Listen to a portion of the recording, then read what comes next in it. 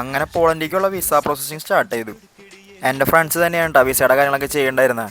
എനിക്ക് നാട്ടിൽ നിന്ന് പോകാൻ ഒരു താല്പര്യമില്ലാത്തതുകൊണ്ട് തന്നെ ഒരു വട്ടം പോലും ഞാൻ അവരെ വിളിച്ച് എന്തായി വിസ കിട്ടുമോ എന്നൊന്നും അന്വേഷിച്ചില്ല കേട്ടാ. ഇതേ സമയം കൊണ്ട് തന്നെ ഞാൻ തുടങ്ങിയ ചെറിയ ആ കട നാട്ടിലെ എല്ലാവരും ഏറ്റെടുത്തു. വെറും 5 ഐറ്റംസിൽ തുടങ്ങിയ കട ഒരു വർഷത്തിന് ശേഷം 25 ഐറ്റംസിൽ എത്തിയിട്ടാ. ആദ്യം ജോലിക്കൊന്നും ആരും ഉണ്ടായില്ല കേട്ടാ. പിന്നെ 3-4 പേർക്ക് വരെ ജോലി കൊടുക്കാൻ എനിക്ക് പറ്റിയിട്ടാ. പിന്നെ ചെറിയ ചെറിയ ഓർഡറുകളൊക്കെ എടുത്തു തുടങ്ങി. ചെറിയ ഓർഡറുകളിൽ നിന്ന് വലിയ ഓർഡറുകളാവാൻ അധിക സമയം വേണ്ടി വന്നില്ല. പൂരം പെരുന്നാൾ സീസണിലൊക്കെ എല്ലാ വീടുകളിലേക്കും ഫുഡ് എത്തിക്കാൻ പൊറോട്ട സ്പോട്ടിൽ നിന്ന് പറ്റിയിട്ടാ. ഓഫ് സീസണിലെ കയ്യിൽ നിന്ന് പൈസ പോണെങ്കിലും സീസണിൽ നല്ല രീതിക്ക് പൈസ കിട്ടി തുടങ്ങിയിട്ടാ. കിട്ടിയ പൈസ ഒക്കെ കടയുമ്പോൾ തന്നെ ഞാൻ ഇറക്കിയിട്ടാ. ഇതിൻ്റെ ഇടയിൽ പോളണ്ടിലേക്കുള്ള കാര്യങ്ങൾ നടക്കണമെങ്കിലും ഞാൻ എൻ്റെ ബിസിനസ് ലൈഫ് എൻജോയ് ചെയ്ത് തുടങ്ങി.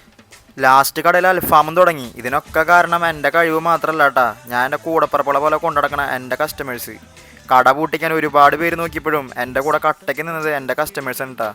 അടുത്ത പൈസ എടുത്ത് പുതിയ കടകൾ തുടങ്ങാൻ വരുന്ന മുതലാളിമാരെ എൻ്റെ കസ്റ്റമേഴ്സിന് പറയാറുണ്ട് എത്ര, ഞങ്ങൾ കട തുടങ്ങി 3 മാസമുള്ള ശ്രീരാഗിൻ്റെ കട ഞങ്ങൾ പൂട്ടിക്കുന്നു.